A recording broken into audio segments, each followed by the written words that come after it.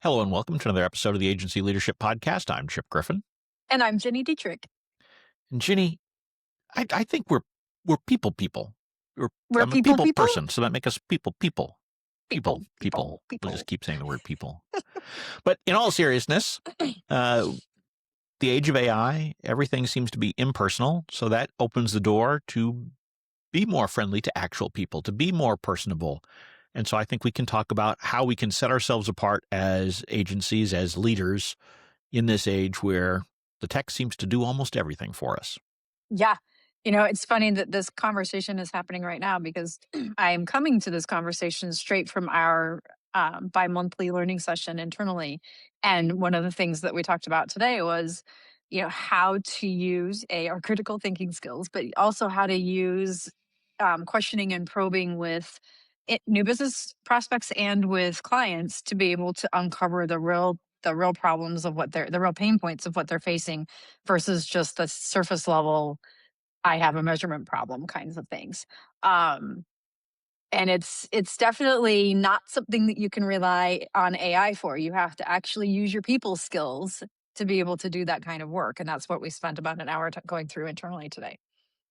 Yeah, I mean, there's so many more opportunities now to leverage the human connection piece with your clients, with your prospects, with your team, because so much of what they're seeing is AI slop, Yeah. is technology driven, and whether that's the pitches that we get in our inbox, and you sit there and you're like, I know AI generated this and sent it to me and all of that.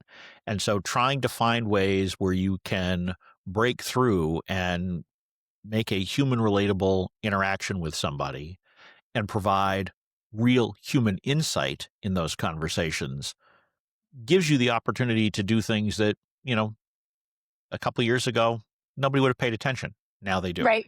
Right. Yeah. You know, one of the things I always talk about is, especially with content, and I think this applies here as well, is demonstrating your experience and expertise because nobody else can do that. And I think as you're thinking about those human relations and the people skills and actually interacting with actual human beings, where you can demonstrate experience and expertise is really what's going to set you apart in all of those conversations because nobody else has your experience or expertise. They may have some of the similar experience and they may have similar expertise, but nobody does it exactly the same way that you do. And I think being able to demonstrate that in your conversations is where you will win every time. Well, I think the key is having actual conversations. Right. There, start there. I was talking with a leader today who said, look, I don't even have time to read half the stuff that comes in, even for my direct reports. And so for me, the best way to interact with all of my direct reports is through actual conversations, either in person or by video call, because that's the only way I have an opportunity to focus on it. And so, I know that we all are of the mindset, geez, we don't want to be meeting to death and all of that. But I would argue that in the age of AI, meetings are even more Yeah. valuable than they were before because you can't fake this kind of interaction. Right. If you're engaging with somebody on Zoom or Teams, I mean, sure, you could have one of those AI apps that the kids are apparently using to interview these days where it puts the answers up on the screen or whatever. I don't know. But the reality is nobody's really doing that I know of in the agency and client world. So, you know, it's reasonable to assume that you are actually being yourself when you are communicating with a client, prospect, or team member. And so take advantage of those opportunities. Don't say, well, this could have been an email. Well, yeah, it probably could have been, but people are going to think that was generated by AI. So, don't meeting yourself to death, but certainly be more open to meetings than you might have been 5 years ago. And I would add to that I think the person you mentioned a few minutes ago, I think that's exactly right. As my agency grows and as we get bigger and like the amount of stuff that comes at me every day is impossible to keep up with. And the meetings, especially the one-to-one meetings that I have with my team that are most effective are the ones that they say, I need this decision, and this decision. And then they walk me through so that I'm not having to Yep. review decks. I'm not having to review documents. They walk me through what they're doing. They walk me through their problem solving and they walk me through the decisions that they need from me to be able to move forward. Otherwise, it's going to sit on my to do list for 2 or 3 weeks when they can use a one-to-one really effectively that way. So I think you're absolutely right. You don't necessarily have to have more meetings. You just need to use them more effectively. Right. And I mean, even before the age of AI, I always told all my direct reports, use those one-on-one meetings to just get Yep. every answer you need from me. Yep. It's the best. You've got me focused. Yep. Take advantage of that. Don't walk Absolutely. away saying, geez, I should have asked him this. If you can get the answer, get the answer.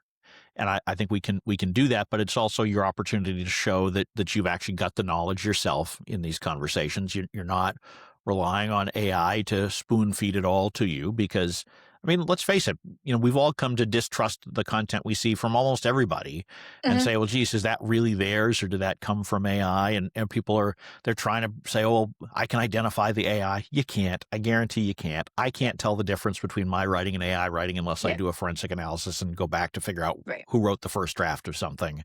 Yeah. And I think that, I mean, honestly, I think the people who have the toughest time with that are the people who, were prolific writers before because prolific writers tended to write in a certain way, which is what the LLM's all trained on. So, those of us who were professional writers, we used a lot of M dashes. That taught the LLMs, use M dashes. Yep. Now you use an M dash, you must be using AI. Yeah. Baloney. Baloney. Baloney. I still use an M dash and I will die on that hill because I am not going to stop. No, and so, and that's the human style that we used to be able to express in writing. I think it's becoming increasingly difficult to truly express yourself in written form, in a way that is fully trusted by folks. And so I think for now at least, there is also an opportunity to do more video in your content creation. Because while yes, you can fake AI and that's getting really good, to be honest with you, the avatars you can create and I could create it as if this show was me talking and nobody would be any the wiser. Yep. It's still rare that that's happening today. Right. So for now, you have that opportunity to make that human person to person connection through video.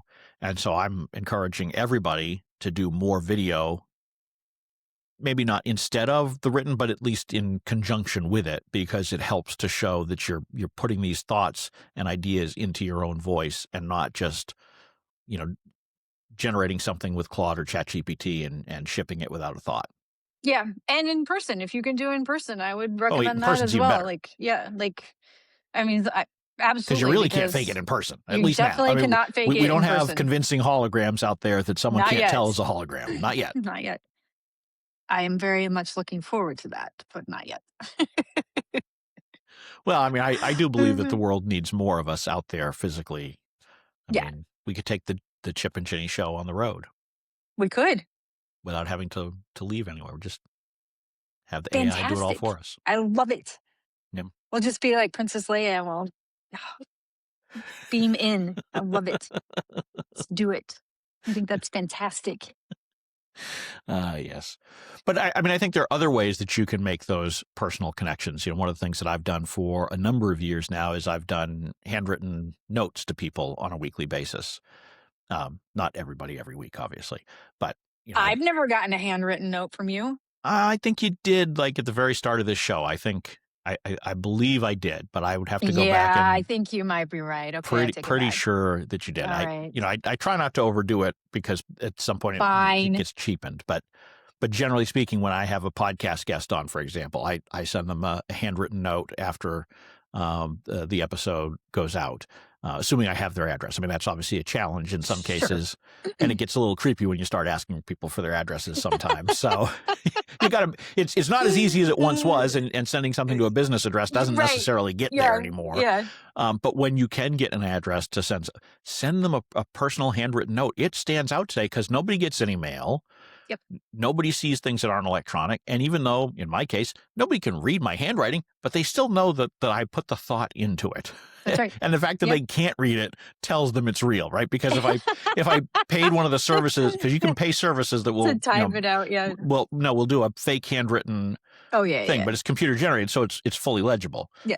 There's no way anybody would pay for what I send. I mean, I mean, I can't read half of what I write, and I try. I do try, but I just have horrible penmanship.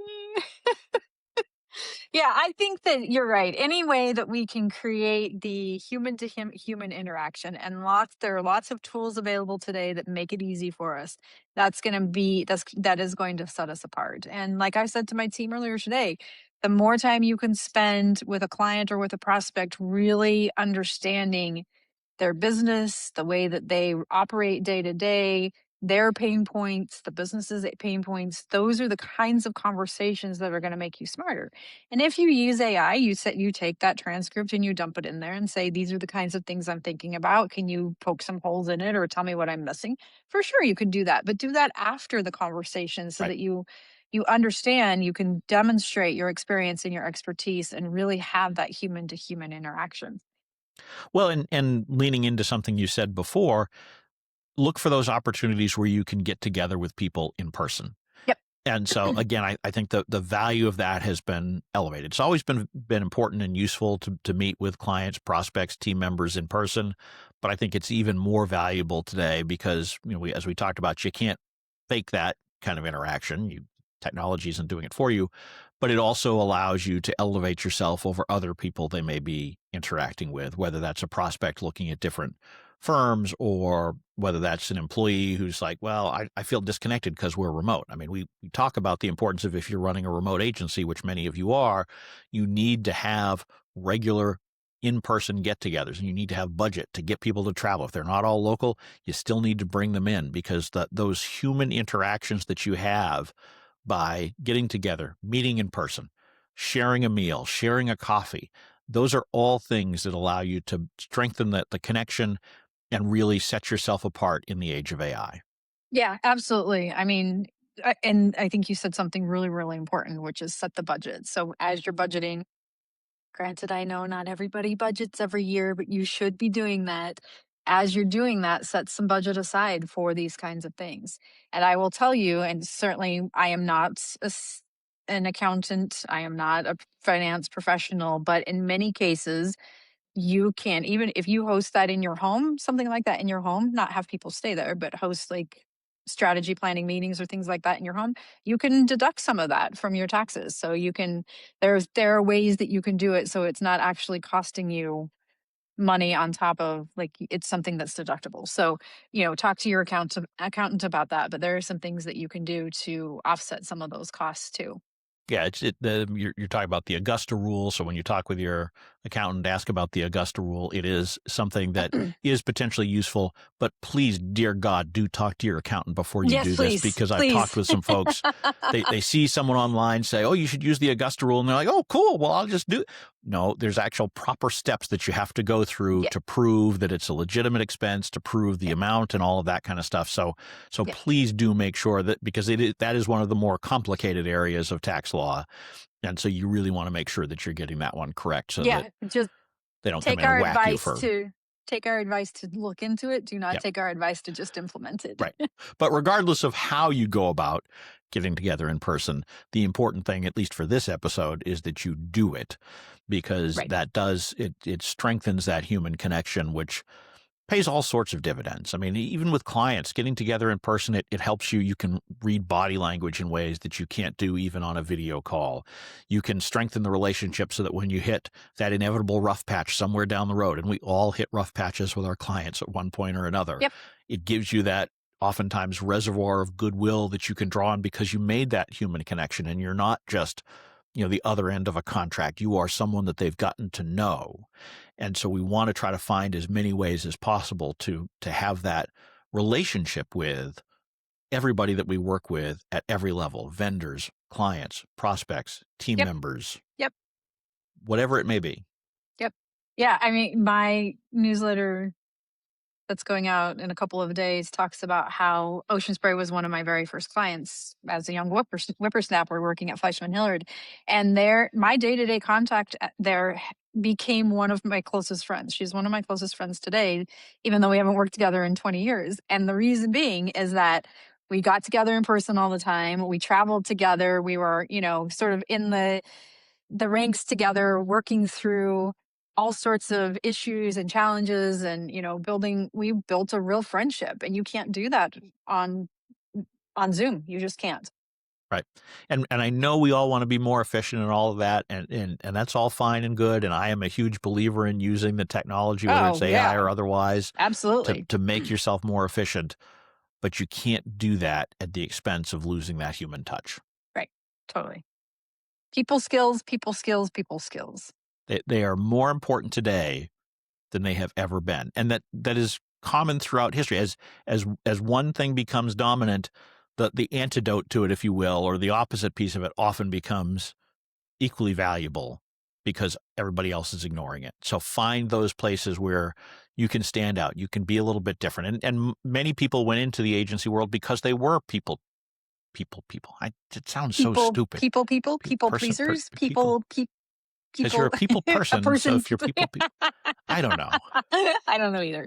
I feel like I've taken this off the rails as I usually do. So maybe this is a good point to I to love to it. draw ourselves to a close here before people We get are all peopled people, out. people, people. Makes me think of that old song. What is it? The Purple People Eater or something Yes, like that's that? exactly what I was thinking of at the Yeah. beginning. Yep. Yeah. Mhm. Which, if I could remember it, I wouldn't sing it anyway because we'd probably get a copyright strike. So, or maybe not. I don't know. I don't know how all that stuff Mm, works. I On don't that note, either. I'm definitely careening off the rails here. So we will draw this episode to a close. Thanks for listening. I'm Chip Griffin, I'm Jenny Dietrich. and it depends.